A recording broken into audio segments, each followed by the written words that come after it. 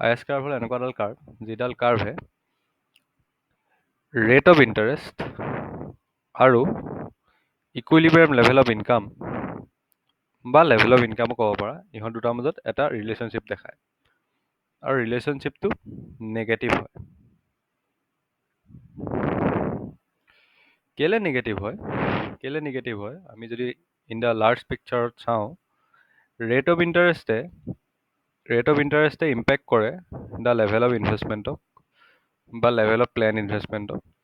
Plan ইনভেষ্টমেণ্টে impact কৰে the level of plan এক্সপেণ্ডিচাৰক, আৰু প্লেন এক্সপেণ্ডিচাৰে ইম্পেক্ট কৰে the level of equilibrium level of income. So' this is the line of reasoning, মানে যিটো ডাইৰেকশ্যনত আমি কথাবোৰ চিন্তা কৰিব লাগিব। এইখিনিলৈকে কিবা প্ৰব্লেম আছে নেকি? This is just a equation where the relationship between the R and Y star মানে ইকুইলিব্ৰিয়াম লেভেল অফ ইনকাম তাৰ মাজত এটা সম্বন্ধ বুজোৱা হয়।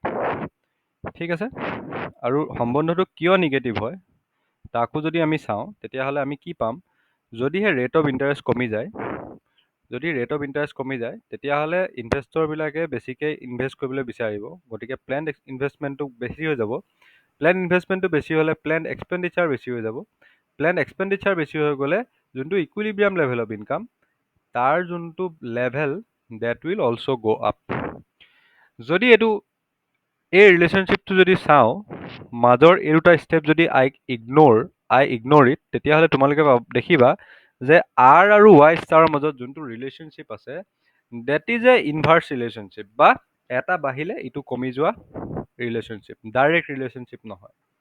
এটা বাঢ়িলে ইটো বাঢ়ি নাযায়। যদি আৰ কমে, the level of income will গ' up when we consider it from the good market equilibrium scenario. ঠিক আছে, so this is what it is.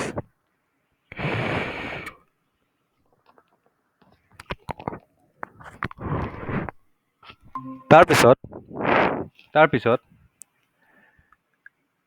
এইটোক যদি আমি আৰু অকণমান, এতিয়া তোমালোকে মোক এটা কথা কোৱা, দ্য প্লেণ্ড এক্সপেণ্ডিচাৰৰ এটা ডায়েগ্ৰাম আছিলে আমাৰ। There was a diagram of this 45 degree লাইনৰ এটা ডায়েগ্ৰাম আছিলে, and that was like aggregate supply is equal to the level of income.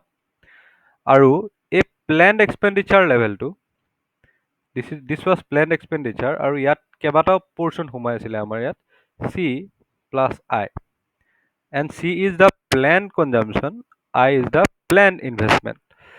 তেতিয়াহ'লে মোক কোৱা, এই যোনডাল প্লেণ্ড এক্সপেণ্ডিচাৰ ৰেখা আমি যোনডাল লাইন আঁকিছোঁ, সেই লাইনডালত এটা নিৰ্দিষ্ট ইকুৱেশ্যন থাকিব।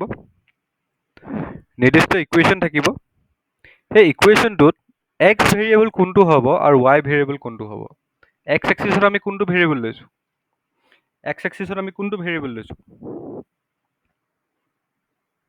Plane expenditure. No, X axis horizontal axis. আমি ইনকাম লৈছোঁ নাই, লেভেল অফ ইনকাম ৱাই লৈছোঁ আমি, আৰু যোনটো ভাৰ্টিকেল এক্সিছ মানে যোনডাল ৱাই এক্সিছ তাত আমি প্লেন এক্সপেণ্ডিচাৰ লৈছোঁ। গতিকে এটা ফাংচন আমি এনেকৈ ডিৰাইভ কৰিব পাৰিম যে planned expenditure is a function of the level of income. এইখিনিলৈকে ক্লিয়াৰ আছে? আছে। চ' যদি ইয়ালৈকে ক্লিয়াৰ আছে তেতিয়াহ'লে আমি এডাল লাইন দেখিছোঁ। গতিকে ৰিলেশ্যনশ্বিপটো খুব এনেকুৱা ধৰণৰ হ'ব, P E is equal two কিবা এটা কনষ্টেণ্ট টাৰ্ম থাকিব, এইটো বি বুলি ধৰিছোঁ, আৰু যোনটো এক্স ভেৰিয়েবল এইটো হ'ব এইটো, আৰু এটা আমি শ্লোপৰ টাৰ্ম পাম, মই এইটো এ বুলি ধৰিছোঁ বা স্মল এম বুলি ধৰিব পাৰা। এতিয়া মোক কোৱা, what will be the value of M? সেইটো আমি কেনেকৈ গম পাম? সেইটো আমি কেনেকৈ উলিয়াম?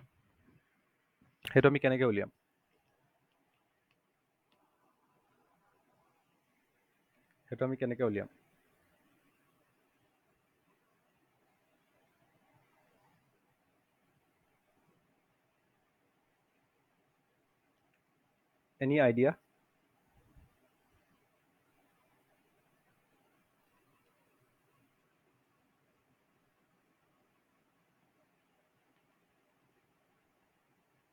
Any idea about that?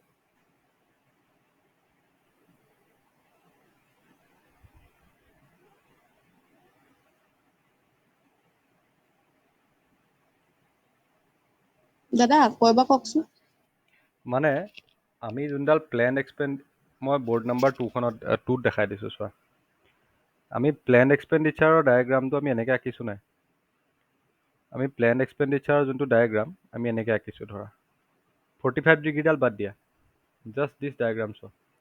Plan এক্সপেণ্ডিচাৰটো আমি এনেকৈ এডাল আপৱাৰ্ড শ্লোপিং লাইন আঁকিছোঁ। This is the planned expenditure line. এক ছেকেণ্ড ৰ'বা দেই, এক ছেকেণ্ড ৰ'বা, 1 ছেকেণ্ড।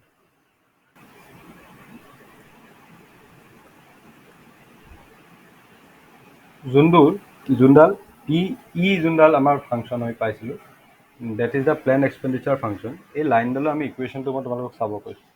কিয় চাব কৈছোঁ? এই লাইনডালৰ শ্লোপটো এটা বহুত মহত্ব আছে, শ্লোপটো।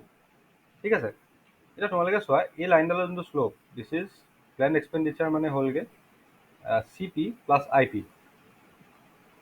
প্লেন এক্সপেণ্ডিচাৰ মানে হ'ল planned consumption plus planned investment. এতিয়া মোক কোৱা এই লাইনডালৰ ইকুৱেশ্যন আমিতো কেনেকৈ উলিয়াম? এই লাইনডালৰ ইকুৱেশ্যনটো আমি কেনেকৈ উলিয়াম? কাৰণ এইফালে y ভেৰিয়েবল আছে আৰু এইফালে আছে PE। গতিকে আমি এনেকুৱা এটা ইকুৱেশ্যন উলিয়াব লাগিব। PEটোক আমি এনেকুৱা এটা ফৰ্মুলা নিব লাগিব। চোৱা, PEটোক আমি এনেকুৱা এটা ফৰ্মুলা নিব লাগিব। PE is some constant, PE is equal to some constant plus some slope আৰু y। এতিয়া এই টাৰ্মটোলৈ নিবলৈ আমি কিহৰ সহায় ল'ম? আমি কেনেকৈ উলিয়াম? কোনোবাই কিবা আইডিয়া দিব পাৰিবা নেকি?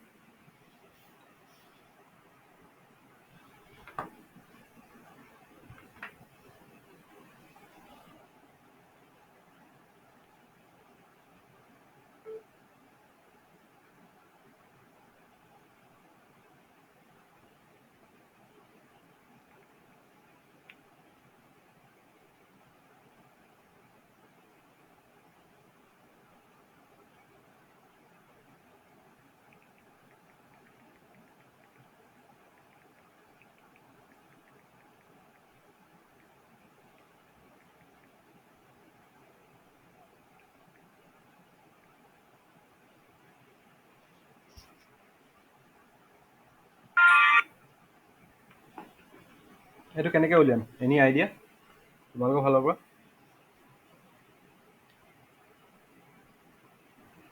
এতিয়া চোৱা, planned expenditure is equal two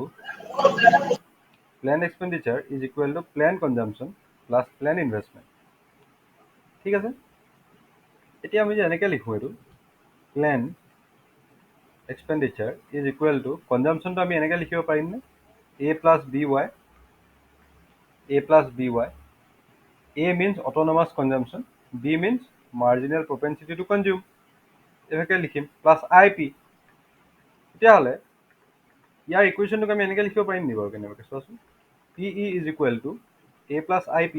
ইয়াক আমি এটা টাৰ্ম হিচাপে ব্ৰেকেটত ভৰাই দিওঁ। This will be our constant term, because Aও এটা কনষ্টেণ্ট টাৰ্ম হ'ব, IP এটা কনষ্টেণ্ট টাৰ্ম হ'ব, আৰু তাৰপিছত এনেকুৱা এটা টাৰ্ম থাকিব ডেট ইজ BY। ঠিক আছে, এইটো তাৰ ইকুৱেশ্যনটো হ'বনে? This will be the constant term and this will be the slope term. এইখিনিলৈকে এই বস্তুটো বুজি পালানে? চোৱাচোন। দাদা আইপিটো কেলে আগলৈ আহিলে? IPটো চোৱা, IPটো এটা হ'ল কনষ্টেণ্ট টাৰ্ম। IPটো হ'ল এটা প্লেন এইটো কনষ্টেণ্ট মানে এইটো প্লেন ইনভেষ্টমেণ্ট। এইটো মই আগলৈ কিয় আনিলোঁ? বিকজ ৱাই লগত জড়িত আছে জানো? নাই নহয়, ৱাইৰ ওপৰত ডিপেণ্ড কৰা নাই। গতিকে এই দুটা টাৰ্ম আমি কি কৰিলোঁ? একলগ লগাই দিলোঁ, এটা কনষ্টেণ্ট টাৰ্ম বনাই দিলোঁ। মানে আমি লাইনৰ ইকুৱেশ্যনটো কেনেকৈ লিখোঁ? y equal to mx plus c লিখোঁ নে? mx প্লাছ c লিখোঁ। ইয়াত y জেগাত আছে আমাৰ PE, এমৰ জেগাত আমি পালোঁ B, আৰু x এক্সিছত আছে আমাৰ y ভেৰিয়েবল, আৰু c যোনটো কনষ্টেণ্ট টাৰ্ম, সেই কনষ্টেণ্ট টাৰ্মটো হ'বগৈ A প্লাছ IP। এতিয়া তোমালোকে যদি ভালছে চোৱা তেতিয়াহ'লে দেখিবা যে যেতিয়া y ইকুৱেল টু 0, PEৰ ভেলু এই ভেলুটো হয় নাই? এই পইণ্টৰ ভেলুটো হয় নাই? PE ভেলুটো অৰিজিনৰ পৰা এই উচ্চতাটো পি ই ভেলু হয় নাই, তোমালোকে যদি চোৱা এই ভেলুটোৱে হৈ গ'ল A plus I P. A plus I P এই ভেলুটো কিহৰ কাৰণে হয়, বিকজ ইনকাম লেভেল 0 থাকোঁতেও কিবা এটা লেভেলৰ ইনকাম যদি ইনভেষ্টমেণ্ট যদি প্লেন কৰি থৈছে সেইটো ইয়াত ধৰা পৰিব, আৰু মানুহখিনিয়ে এটা অট'নমাছ কনজাম্পশ্যন কৰিব, যিটো consumption regardless of the level of income they have to, তেওঁলোকে এইটো কৰিবই লাগিব, গতিকে এইটো ইয়াত ধৰা পৰিব। তাৰপিছত এক ইউনিট ইনকাম বাঢ়িলে কিমানকৈ আমাৰ প্লেন এক্সপেণ্ডিচাৰ বাঢ়িব, that will be nothing but the marginal propensity to consume. এক ইউনিট ইনকাম বাঢ়িলে যিমান কনজাম্পশ্যন বাঢ়িব সেইটো ইয়াত এড হৈ গৈ থাকিব, গতিকে পি ইটো বাঢ়ি গৈ থাকিব প্লেন এক্সপেণ্ডিচাৰটো ৱাই লগত। গতিকে ইয়াৰ যোনটো শ্লোপ সেইটো হ'বগৈ এই পি ইডালৰ যোনটো slope, the slope is nothing but the marginal propensity to consume. যদি ইয়াতো যদি কনফিউজ আছে, এইখিনি যদি কনফিউজ আছে, এটা কথা বুজি পাই থোৱা, যদি দুটা চিনেৰিঅ' আছে, এটাত পি ইডাল বহুত ওখ আৰু এটাত পি ইডাল কম, এডাল পি ই 1 বুলি লিখিছোঁ আৰু এইটো মই পি ই 2 বুলি লিখিছোঁ।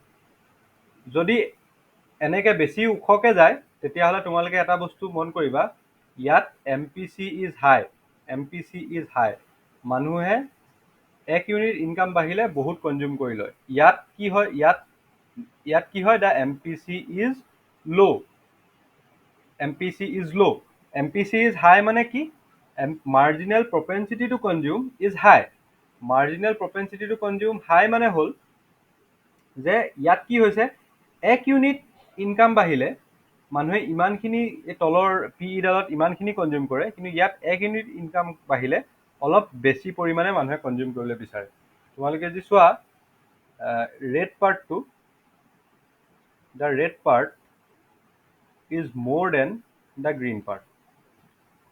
মানে প্লেন এক্সপেণ্ডিচাৰৰ যোনডাল লাইন হ'ব, প্লেন এক্সপেণ্ডিচাৰ লাইনডাল ফ্লেট হ'ব। কেতিয়া ফ্লেট হ'ব,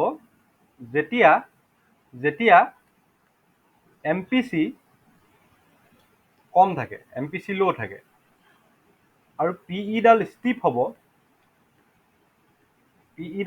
হ'ব যদি M P C marginal propensity to consume high থাকে। এই বস্তুটো বুজি পালা? এই কনক্লুজনটো ক'ব পাৰিবা? যদি এম পি চিটো বেছি থাকে,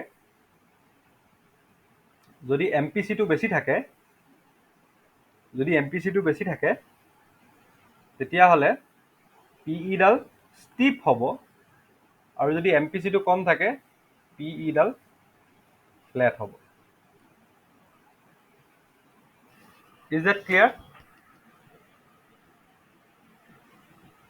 এই বস্তুটো ক্লিয়াৰ হ'ল?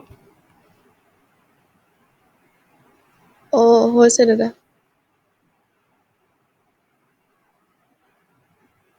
তেতিয়াহ'লে আমি চাওঁ আই এছ কাৰ্ভৰ শ্লোপটোত এম পি চিয়ে কেনেকৈ ধৰণৰ প্ৰভাৱ পেলাব পাৰে। ঠিক আছে, আমি চাইছোঁ এইবাৰ, আজি আমাৰ এইটোৱে মেইন আছিলে আই এছ কাৰ্ভৰ শ্লোপটোত, যোনডাল আই এছ কাৰ্ভ হ'ব আমাৰ, তাৰ শ্লোপটোত এম পি চিয়ে কেনেকুৱা ধৰণে প্ৰভাৱ পেলাব পাৰে। I S curve slope, the impact of M P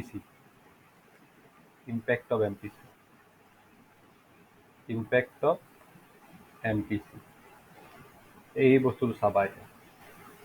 এতিয়া এটা চিটুৱেশ্যন চোৱা, ধৰা দুটা বেলেগ লেভেলত আমি এটা পাৰ্টিকুলাৰ চোৱা, এইডাল আমাৰ 45 ডিগ্ৰী লাইনডাল, this is nothing but the 45 degree line, A S equal to Y.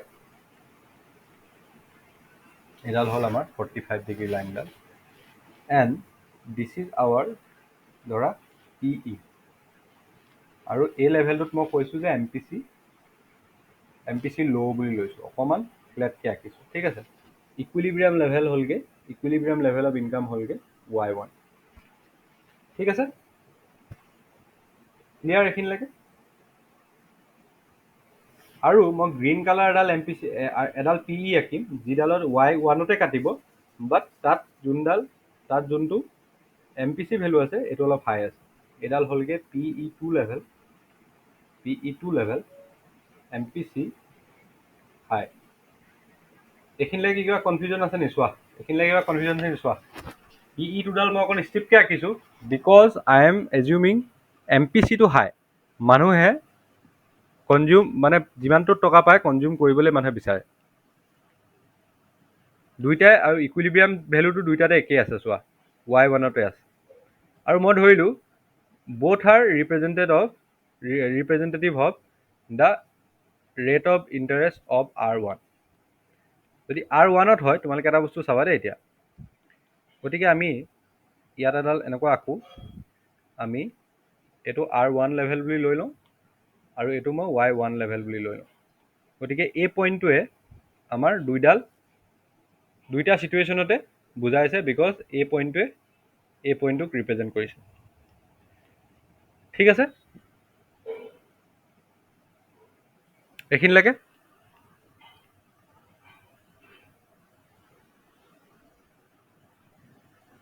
তাৰপিছত যদি ৰেট অফ ইণ্টাৰেষ্টটো কমি যায় তেতিয়াহ'লে কি হ'ব? যদি ৰেট অফ ইণ্টাৰেষ্টটো কমি যায় প্লেন এক্সপেণ্ডিচাৰটো বাঢ়িব নে কমিব? ৰেট অফ ইণ্টাৰেষ্ট কমিলে মানুহে বেছিকৈ ইনভেষ্টৰখিনিয়ে ক'ব যে উই উইল ইনভেষ্ট মোৰ। আৰু যদি উই উইল ইনভেষ্ট মোৰ বুলি কয় তেতিয়াহ'লে what will happen to the planned expenditure?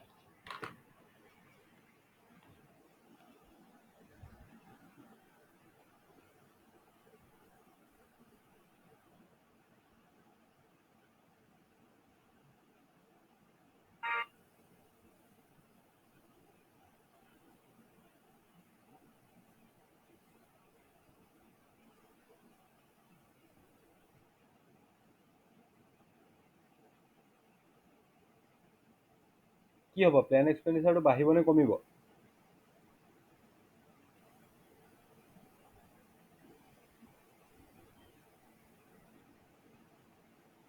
দাদা কমিব নিব। যদি ৰেট অফ ইণ্টাৰেষ্টটো কমে ইনভেষ্টমেণ্টটো কি হ'ব? যদি ৰেট অফ ইণ্টাৰেষ্টটো কমে বাঢ়িব তেতিয়া। বাঢ়িব। যদি ইনভেষ্টমেণ্টটো বাঢ়ে তেতিয়াহ'লে প্লেন এক্সপেণ্ডিচাৰটো কি হ'ব? তুমি যদি বেছিকৈ ইনভেষ্ট কৰিবলৈ বিচাৰিছা, planned expenditure is nothing but planned consumption plus planned investment. যদি এইটো কমে এইটো যদি বাঢ়ে এইটোও বাঢ়িব, হয় নাই? এতিয়া মই ধৰিলোঁ R1 লেভেলৰ পৰা R2 লেভেললৈ তোমাৰ ইনভেষ্টমেণ্টটো কমি গ'ল। কমি যোৱাৰ লগে লগে এই দুইটাতে কি হ'ব? দুইটাইটো ওপৰলৈ শ্বিফ্ট কৰিব ন এতিয়া কাৰ্ভকেইডাল, বিকজ দুইটা প্লেন এক্সপেণ্ডিচাৰটো বাঢ়িব। এতিয়া ৰেড কালাৰ কাৰ্ভডাল ধৰা ইয়ালৈ শ্বিফ্ট হ'ল, এতিয়া এম পি চিটো কম আছিলে সেইডাল ইয়ালৈ শ্বিফ্ট হ'ল আৰু এটা আমি নতুন ইকুইলিব্ৰিয়াম, এই ব্লু কালাৰডালত চোৱা, এটা আমি নতুন ইকুইলিব্ৰিয়াম Y2 পাই গ'লোঁ for the M P C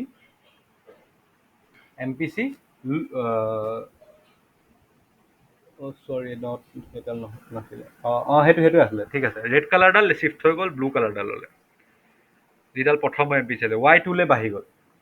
ঠিক আছে, কিন্তু তুমি এম পি চি কম থকাডাল চোৱা, কি এম পি চি বেছি থকাডাল চোৱা, সেইডাল যদি অকল ওপৰলৈ তুমি বঢ়াই দিয়া তেতিয়াহ'লে এটা হায়াৰ লেভেল অফ ইনকামত সি কাটিবগৈ। Y3ত কাটিব, চোৱা Y3ত কাটিব। এইডাল যেতিয়া শ্বিফ্ট হ'ল, ওখডাল যেতিয়া শ্বিফ্ট হ'ল, এইডাল যেতিয়া শ্বিফ্ট হ'ল, ই হায়াৰ লেভেল অফ এটা ইনকামত গৈ কাটিলেগৈ, Y3ত কাটিলেগৈ। চোৱা মই আকৌ আঁকি দিছোঁ, চোৱা ডায়েগ্ৰামটো বৰ্ড নম্বৰ 4ত চোৱা, মই আকৌ এবাৰ আঁকি দিছোঁ ডায়েগ্ৰামটো, আকৌ এবাৰ আঁকি দিছোঁ চোৱা বৰ্ড নম্বৰ 4ত। দিছ ইজ এইডাল হ'লগৈ 45 degree line. This is Y equal to aggregate supply. ঠিক আছে, এইডাল ধৰা এইডাল ধৰা ল' এম পি চি ৰেড কালাৰডাল, আৰু গ্ৰীণ কালাৰডাল মই ধৰিলোঁ এইডাল হাই এম পি চি, এইডাল হাই এম পি চি। এইডাল হ'ল ধৰা P E M P C, P E মই ল' বুলি লিখিছোঁ, এম পি চি ল' বুলি ধৰি ল'বা। এইডাল ল'বা পি ই হাই, এম পি চি হাই, সেইকাৰণে অকণমান ষ্টিপ আছে এইডাল। ঠিক আছে, আমি ৰেট অফ ইণ্টাৰেষ্ট আমি এতিয়া দুইটা ক্ষেত্ৰতে ৰেট অফ ইণ্টাৰেষ্ট R1 আছে বুলি ধৰিছোঁ, আৰু তাত আমাৰ ইনকামো আছে Y1। গতিকে এইখিনিলৈকে কোনো টেনশ্যন ল'বলগীয়া নাই, R1 আছে আৰু এইটো আমাৰ Y1 আছে। এইটো পইণ্ট আমাৰ ঠিক আছে। এতিয়া ৰেট অফ ইণ্টাৰেষ্টটো ধৰা R1 পৰা R2 মই কমি গ'ল বুলি ধৰিছোঁ, R2 কমি গ'ল বুলি ধৰিছোঁ। তেতিয়াহ'লে তুমি চাবা যোনডাল MPC ল' থকা প্লেন এক্সপেণ্ডিচাৰ সেইডালো ওপৰলৈ শ্বিফ্ট হ'ব বিকজ R2 কমিছে। ৰ'বা এডাল অকণমান এডাল ওপৰলৈ শ্বিফ্ট হ'ল, ৰেড কালাৰলৈ শ্বিফ্ট হৈছে, আৰু তুমি তাক কৰেছপণ্ডিং যোনটো নতুন ইকুইলিব্ৰিয়াম লেভেল অফ ইনকাম পাবা সেইটো পাবা Y2 ঠিক আছে। কিন্তু তুমি যদি ওখ যোনডাল MPC হাই থকা PEডাল যেতিয়া সমান শ্বিফ্ট কৰি দিবা, অলপ ওপৰলৈ শ্বিফ্ট কৰি দিবা, তেতিয়াহ'লে দেখিবা এটা higher level of equilibrium income আমি এচিভ কৰিবলৈ সক্ষম হৈছোঁ just because the MPC is high. মানে ৰেট অফ ইণ্টাৰেষ্টটো ছেম হৈছে, ৰেট অফ ইণ্টাৰেষ্টৰ চেঞ্জটো ছেম হৈছে, R1 পৰা R2 কমিছে, R1 পৰা R2 কমিছে, কিন্তু তাৰ যোনটো শ্বিফ্ট যিডাল ফ্লেট MPC আছিলে তাত শ্বিফ্টটো ইমানখিনি হৈছিলে, আৰু যোনডাল ষ্টিপ MPC মানে হাই MPC আছিলে তাৰ যোনটো শ্বিফ্ট সেইটো ইয়াৰ পৰা ইয়ালৈ হৈছে, সেইটো ইয়াৰ পৰা ইয়ালৈ হৈছে। যদি ইয়াৰ পৰা ইয়ালৈ হৈছে তেতিয়াহ'লে চোৱা যোনডাল আমাৰ ল' MPC থকা যোনডাল IS কাৰ্ভ হ'ব তাৰ নতুন ইকুইলিব্ৰিয়াম ইনকাম হ'বগৈ Y2 বিকজ অকল ইমানখিনি শ্বিফ্ট হৈছে। আমি এই পইণ্টটো ল'ব পাৰিম ঠিক আছে। আমি এইডাল IS কাৰ্ভ পাই যাম, এইডাল IS কাৰ্ভ পাম ৰেড কালাৰডাল, and which will represent the MPC low' IS curve, MPCডাল ল' থকা IS কাৰ্ভডাল, MPC ল' IS কাৰ্ভ। আৰু যিডাল ওখডাল Y3 গৈছে নাই, গতিকে আমি এটা নতুন পইণ্ট এটা পাম, ইয়াত Y3 পাম। এইডাল MPC হাই থকাডালৰ যোনডাল IS কাৰ্ভ হ'ব তাৰ R2 লেভেল অফ ইণ্টাৰেষ্টৰ কাৰণে আমি Y3 লেভেল অফ ইনকাম পাম, আৰু তাৰ যোনডাল IS কাৰ্ভ হ'ব সেইডাল অলপ এনেকুৱা ধৰণৰ হ'ব, অলপমান ফ্লেট হ'ব। এইডাল IS curve with high MPC। সেইকাৰণে আমি ক'ব পাৰোঁ যদি MPC হাই থাকে তেতিয়াহ'লে IS কাৰ্ভডাল ফ্লেট হ'ব, আৰু কালি যোনটো আমাৰ লেকচাৰ হৈছিলে তাত আমি দেখিছিলোঁ যে IS কাৰ্ভৰ যোনটো শ্লোপৰ absolute parameter that was given like something like this, য'ত বিটো কমি গ'লে, বিটো যদি বাঢ়ি যায় এই টাৰ্মটো কমি যাব, 1 - বিটো কমি যাব, আৰু 1 - বিটো কমি গ'লে এই গোটেই টাৰ্মটো কমি যাব। মানে বি হাই তেতিয়াহ'লে শ্লোপটো কম হ'ব, শ্লোপ ল', বি যদি হাই হয় শ্লোপটো ল' হ'ব। সেইকাৰণে আমি ক'ব পাৰিম যদি এটা ইকনমিৰ যদি ভোগ প্ৰৱণতা বেছি থাকে, কনজামশ্যন মাৰ্জিনেল প্ৰপেনচিটি টু কনজামশ্যনটো যদি হাই থাকে তেতিয়াহ'লে আমি তাৰ যোনডাল IS কাৰ্ভ পাম, তাৰ যোনটো শ্বেপ পাম ডেট উইল বি ফ্লেট, অলপমান ফ্লেট দেখা পাম আমি। এই বস্তুটো কনফিউজ লাগিছে নেকি বাৰু কোৱা? অলপমান কনফিউজনটো থাকিবই। তোমালোকে ডায়েগ্ৰামটো আঁকি পেলাই আকৌ এবাৰ আঁকি দেখাইছোঁ চোৱা, বোৰ্ড নম্বৰ 5ত চোৱা, ডায়েগ্ৰামটো আকৌ এবাৰ আঁকি দেখাইছোঁ ফাইনেল। আমি দুটা চিটুৱেশ্যন লৈছোঁ, আমি দুটা চিটুৱেশ্যন লৈছোঁ। The situation one is like this, এইটো হ'ল 45 ডিগ্ৰী লাইনডাল, আৰু আমি এনেকুৱা একেটা ইকুইলিব্ৰিয়াম লেভেল অফ ইনকামৰ কাৰণে আমি দুডাল বেলেগ বেলেগ কাৰ্ভ আঁকি লৈছোঁ, এডাল এইডাল আৰু এডাল অলপমান আমি ফ্লেটকৈ আঁকি লৈছোঁ, এইডাল ঠিক আছে। এডাল প্লেন এক্সপেণ্ডিচাৰ মই, আৰু এইডালো এডাল প্লেন এক্সপেণ্ডিচাৰ, বাট ইয়াত MPCটো ল' আছে, MPCটো মই ল' লিখিছোঁ, আৰু ইয়াত মই লিখিছোঁ MPC is quite high, MPC is high ঠিক আছে। যেতিয়া MPC ল'ডাল আমি অলপ ওপৰলৈ শ্বিফ্ট কৰিম তেতিয়া আমি ইকুইলিব্ৰিয়াম লেভেল অফ ইনকামত শ্বিফ্টটো ইমান বেছি দেখা নাপাম, Y2 পৰা Y2লৈহে যাব। যেতিয়া আমি ওখডাল শ্বিফ্ট কৰি দিম, শ্বিফ্ট কৰি দিলে আমি এটা বেছি লেভেল অফ শ্বিফ্ট দেখা পাম। মানে যেতিয়া R changes by the same amount, যেতিয়া ৰেট অফ ইণ্টাৰেষ্ট চেঞ্জেছ, তেতিয়াহ'লে তাৰ দুটা চিটুৱেশ্যন হ'ব পাৰে, MPC হাই থাকিব পাৰে নহ'লে MPC ল' থাকিব পাৰে। MPC ল' থাকিব পাৰে। MPC ল' থাকিব পাৰে। MPC যদি হাই হয় তেতিয়াহ'লে Y changes by huge margin। Y changes by huge margin। আৰু যদি MPC ল' থাকে Y changes by small margin। Y টো কম চেঞ্জ হ'ব। আৰু যদি R বেছি চেঞ্জ হোৱাৰ কাৰণে Y যদি বেছি হিউজ চেঞ্জ হয় তেতিয়াহ'লে IS কাৰ্ভৰ যোনডাল IS কাৰ্ভৰ শ্বেপটো ফ্লেট হ'ব। IS will be flatter। আৰু MPC ল' থকাৰ কাৰণে যদি Y চেঞ্জটো যদি স্মল হয় তেতিয়াহ'লে R ৰ প্ৰত্যেকটো চেঞ্জৰ কাৰণে যদি চেঞ্জ ইন Y স্মল হয় তেতিয়াহ'লে IS ডাল ষ্টিপ হ'ব, strip. The IS curve will be a little steeper।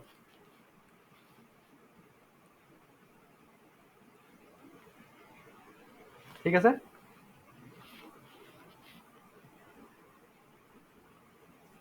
ঠিক আছে দাদা।